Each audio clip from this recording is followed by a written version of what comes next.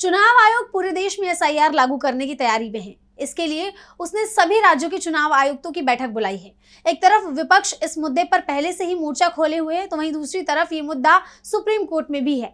ऐसे में चुनाव आयोग की कोशिश पर सवाल उठ रहे हैं। देखिए रिपोर्ट। स्पेशल इंटेंसिव रिवीजन यानी एसआईआर के मुद्दे पर विवाद छिड़ा हुआ है। एक तरफ ये मामला सुप्रीम कोर्ट में चल रहा है, तो वहीं दूसरी तरफ अब चुनाव आयोग एसआईआर को पूरे देश में लागू करने की तैयारी में है। इसे लेकर चुनाव आयोग ने सभी राज्यों के चुनाव आयुक्तों की दिल्ली में 10 सितंबर को बैठक बुलाई है।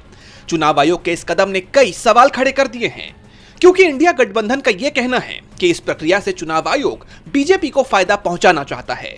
उसका यह भी आरोप है कि एसआईआर के बहाने वोटर लिस्ट में अपने फायदे के लिए जानबूझकर बदलाव किए जा सकते हैं। वहीं इसे लेकर चुनाव आयोग की मंशा पर भी सवाल उठ रहे हैं कि क्या यह फैसला वाकई चुनाव प्रक्रिया में पारदर्शिता के लिए लाया गया है या फिर इस फैसले की आड़ में कोई और ही खेल किया जा रहा है। 10 सितंबर को होने वाली इस बैठक में चुनाव आयोग सभी राज्यों से मौजूदा वोटरों की संख्या, पिछले एसआईआर के आंकड़े, डिजिटलाइजेशन की स्थिति और बीएलओ की नियुक्ति जैसे 10 अहम बिंदुओं पर जानकारी मांगेगा।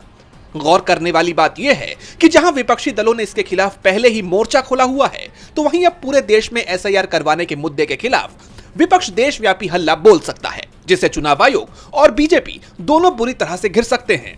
इससे पहले 8 सितंबर को सुप्रीम कोर्ट में इस मामले पर सुनवाई भी होनी है। ऐसे में सभी की निगाहें 8 और 10 सितंबर पर टिकी हुई हैं। डीबी लाइव की रिपोर्ट।